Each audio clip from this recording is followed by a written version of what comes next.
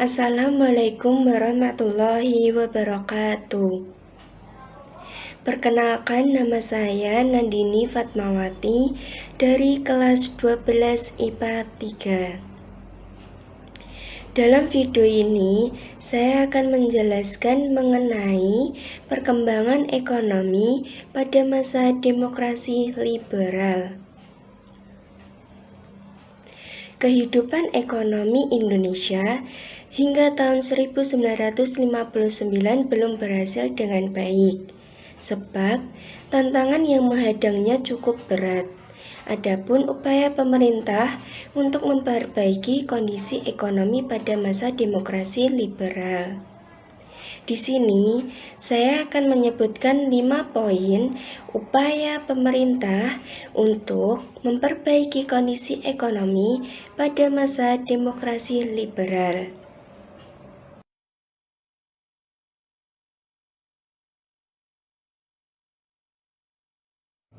Yang pertama, sistem ekonomi gerakan benteng. Sistem ekonomi gerakan benteng adalah kebijakan ekonomi yang diluncurkan pemerintah Indonesia pada bulan April tahun 1950 dan secara resmi dihentikan pada tahun 1957.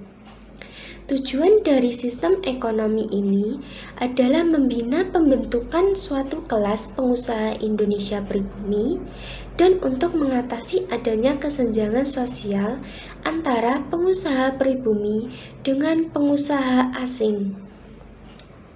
Namun, program sistem ekonomi benteng ini akhirnya mengalami kegagalan dan harus dihentikan.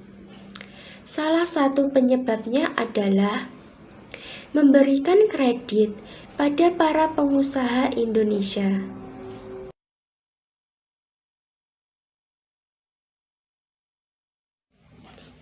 Yang kedua, sistem ekonomi Alibaba. Sistem ekonomi Alibaba merupakan salah satu kebijakan ekonomi yang dilaksanakan pada masa demokrasi liberal.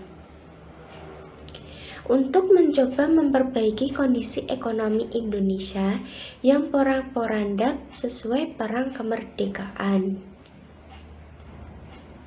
Kebijakan ini diterapkan pada masa Menteri Perekonomian Mr. Iskak Koro Hadisuryo yang menjabat pada masa Kabinet Ali Sastroa Midjojo pada tanggal 30 Juli tahun 1953 sampai 12 Agustus 1955. Kebijakan ini bertujuan memperbaiki perekonomian, sekaligus meningkatkan kondisi ekonomi kaum pribumi. Yang ketiga, nasionalisasi The Javans Bank.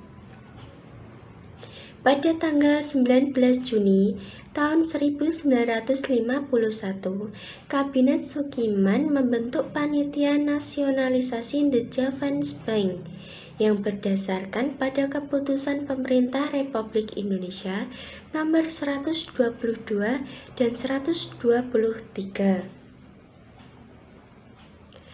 Pemerintah memberhentikan Dr. Howing sebagai Presiden The Javan Bank dan mengangkat Mr. Sarifuddin Prawiranegara sebagai Presiden The Javans Bank yang baru.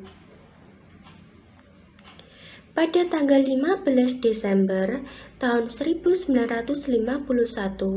diumumkan Undang-Undang Nomor 24 tahun 1951 tentang nasionalisasi The Javan Banks menjadi Bank Sentral. Kemudian pada tanggal 1 Juli 1953 The Javan Banks berganti menjadi Bank Indonesia.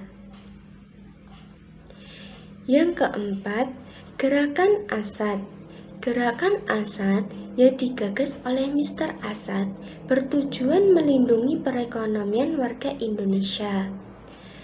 yang menjadi persaingan dagang dengan pengusaha asing, khususnya Tionghoa.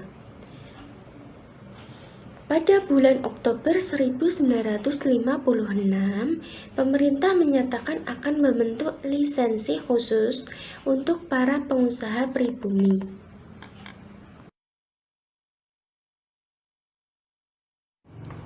Yang kelima, kebijakan Gunting Syarifuddin.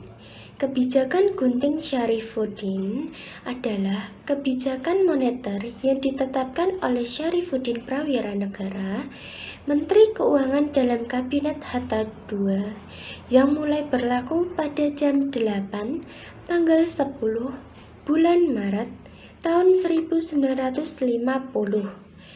Kebijakan ini dikenal sebagai kebijakan berani yang ditetapkan pemerintah Indonesia dengan cara menggunting fisik uang kertas.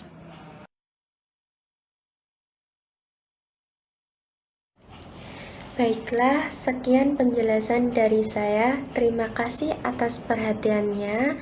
Mohon maaf atas kekurangan dan kelebihan saya dalam bertutur kata. Wassalamualaikum warahmatullahi wabarakatuh.